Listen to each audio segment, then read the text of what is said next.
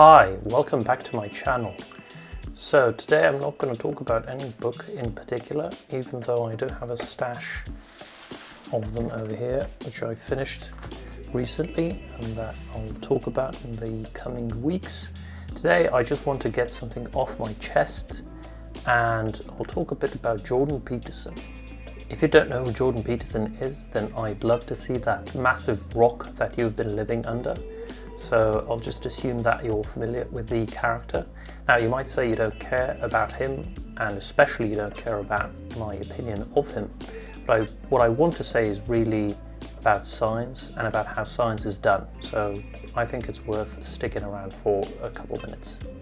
I've wanted to say this for a while now, I just kept putting it off.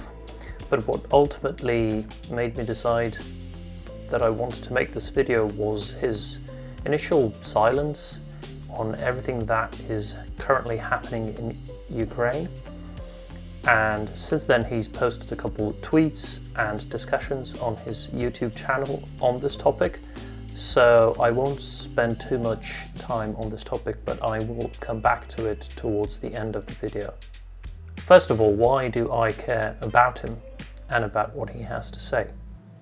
He's very famous, he's very successful, he sells out venues, his books are bestsellers, and he has constructed sort of a cult of personality around him, and a lot of people find him inspirational and see him as a potential role model, which I don't think is that problematic. I don't believe that he's dangerous or that he empowers, the neo-Nazis and the white supremacists.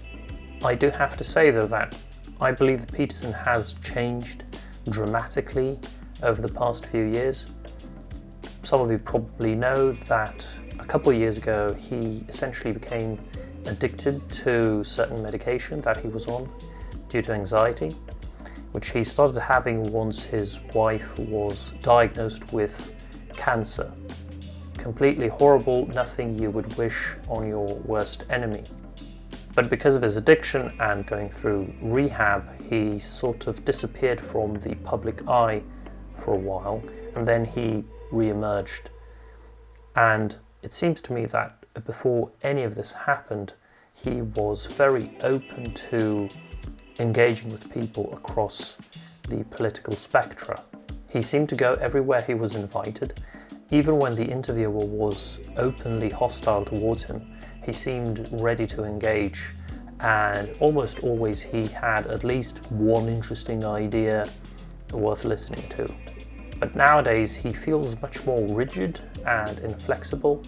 His discussions seem to be confined to his YouTube channel, where he mostly talks to people that more or less share his world view, which is not to say that those conversations have no value or that none of them are interesting.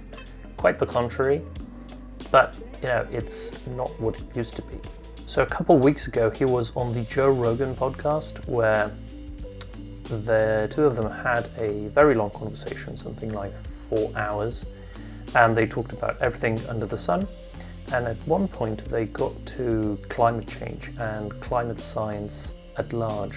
Out of nowhere, Peterson just goes on this rant against climate science and its entire methodology and apparently its entire reason of existence.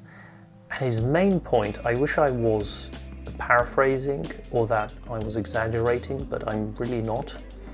His main point is that, as a climate scientist, you purport to model the environment. And what is the environment? Because the environment is everything.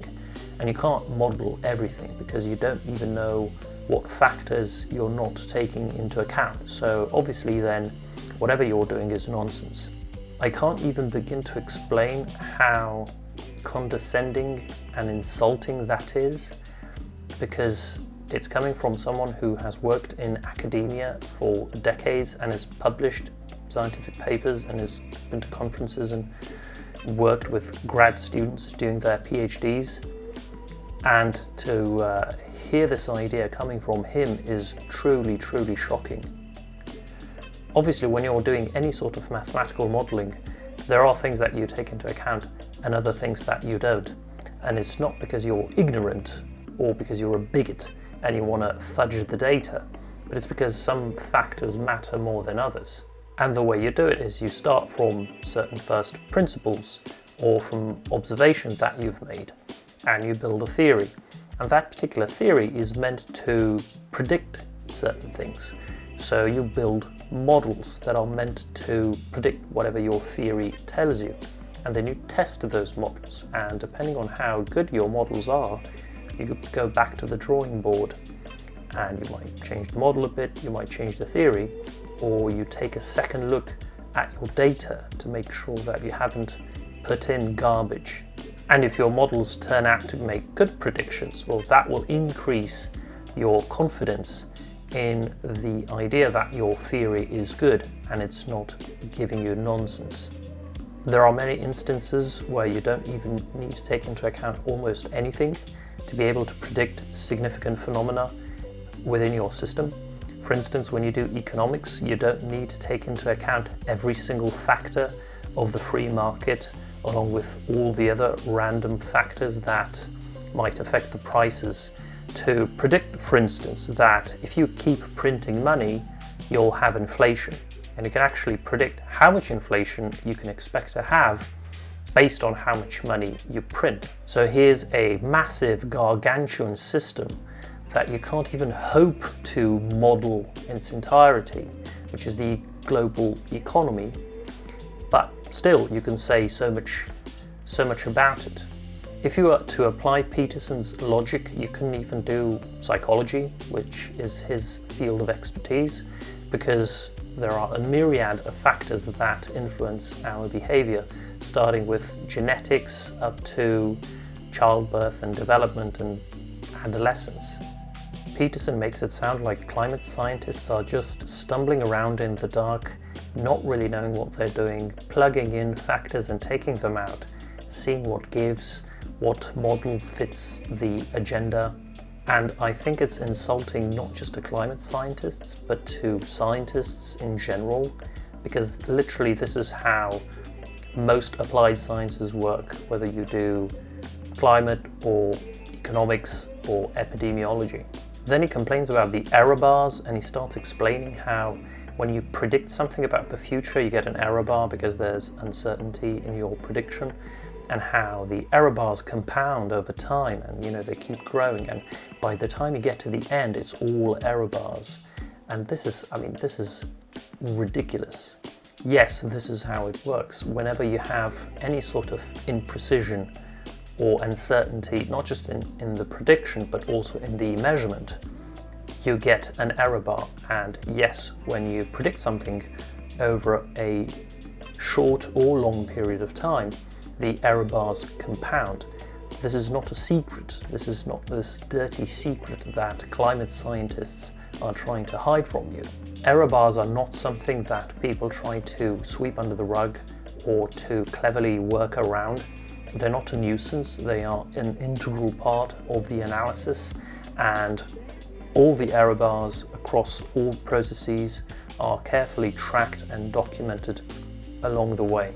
I honestly doubt he doesn't know how things actually work, but I think he seizes the opportunity of talking to someone who's not an expert. Joe Rogan, he's a stand-up comedian.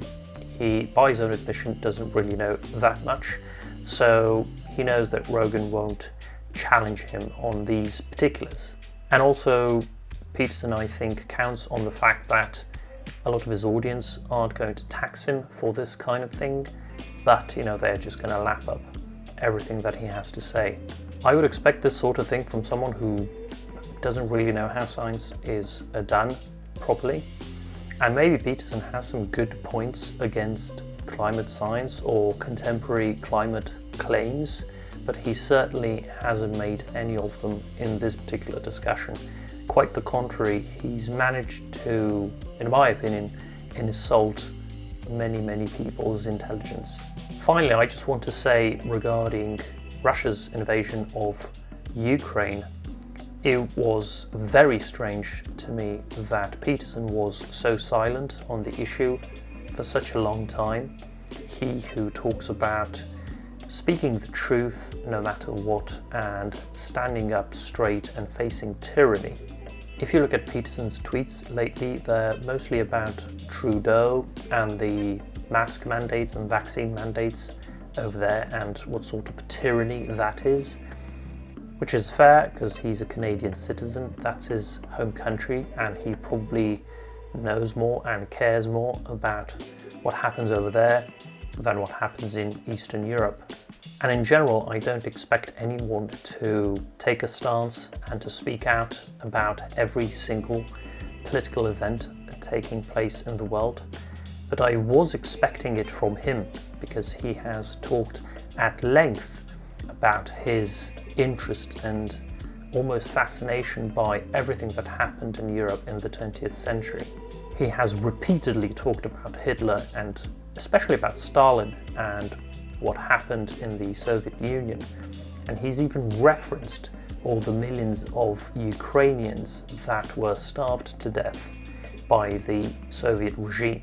So now that a similar thing is literally happening under our eyes at this very moment, not to say anything is very bizarre to me. And I think I know where it's coming from. Now, this is pure speculation on my part, and I could be totally wrong. But he's mentioned in the past that one of the biggest audiences that he has outside the English-speaking world is actually the Russian one. And I think he has translated his channel into Russian so that people over there can listen to his lectures. So I think he has amassed a wide audience in Russia that he does not want to now alienate. Because Peterson is no longer a university professor, he's no longer a practicing clinical therapist. He's now in the business of selling Peterson. He sells books, he sells lectures in public venues, he sells online courses, and he probably doesn't want to lose a large share of his potential marketplace. And I don't blame him, I don't envy him either. I don't know what I would do if I were in a position of risking losing a potentially large chunk of my income simply by expressing an opinion. That being said, I think the conversations that he has posted on his YouTube channel on the topic are worth listening to, not because of what Peterson has to say, because he doesn't really say anything about it, but because his guest, Frederick Kagan, really puts things into perspective. Kagan really puts the whole blame on Putin, and it's funny to see that most of the comments, or at least the most appreciated ones from Jordan Peterson's fan base, are urging him to find another guest because this guy is too biased. Yeah, so I think that's all I had to say. I have to admit I feel much more refreshed now. And so thanks for listening, and see you next week when I'll get back to my books. Bye.